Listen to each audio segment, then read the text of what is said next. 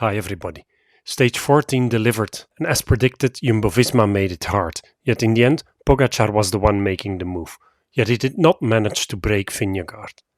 And while these two were watching each other, it was Rodriguez who sneaked away and made it back-to-back wins for the Ineos Grenadiers. On stage 15, we get a mountaintop finish after 180k of racing and close to 4,300 meters of elevation gain. It starts with a brief climb, a 25k flat, and then it starts going up and down, which should allow for a good break to go. The finish climb starts with 3 brutal kilometers, has a relatively mellow center section, and gets back towards the double-digit percentages in the final 3 to 4k.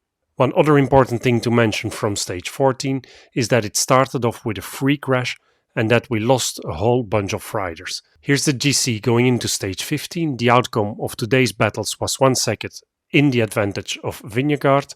Pogačar did not manage to drop Vingegaard, yet Vingegaard also didn't have the reserves to counter. So the Vingegaard-Pogačar battle is still wide open.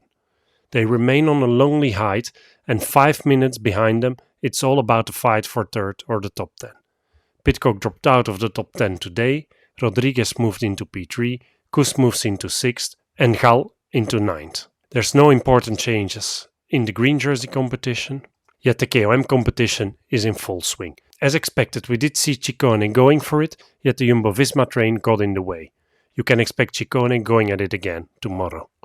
Paulus is now on equal points to Vingegaard, and he'll get to wear the polka dot jersey one more day, given that Vingegaard keeps the yellow on his shoulders. Here's the betting odds at the time of recording, with Pogačar the outright favourite. And while I do agree that you can never rule out Pogačar and Vingegaard, I personally think the stage is difficult to control, and after the energy spent yesterday and today by Team UAE and Jumbo-Visma, they'll be happy to let the break go. So here's my long list for the stage, the riders I'm expecting for the break. Not mentioning the 2 main contenders for the Tour would be wrong though. If the break doesn't make it, it will be another 1-2 for Pogačar and Vingegaard. At Ineos, there's a lot of potential for this stage. Castroviejo has looked good on the last few days. Kwiatkowski made it into the break again today, and with Pidcock now out of the top 10, he'll also be allowed in the break. Then we get Bob Jungels at Bora Hansgrohe, I'm not giving up on him. Felix Gal at AG2R, Rui Costa at Intermarché, Peo Bilbao, Jack Haig, and Mikel Landa at Bahrain Victorious. We haven't seen much of Uran, but this stage may well be to his liking. I wouldn't be surprised to see him in the break. Lutsenko has been active in the fights for the break, so we can expect him too. Same goes for Matteo Jorgensen and Giulio Ciccone and Matthias Kelmose at Trek. Nijlands and Woods at Israel Premier Tech, Johnny Zagira and Guillaume Martin at Cofidis, Thibaut Pinot at Groupama, Johannessen at Uno X, Simon Yates at Jayco Alula, and Pierre Latour at Total Energie, who should find a stage to his liking here. The descending shouldn't be as much of an issue. Ciccone and Woods are my 4-star favorites.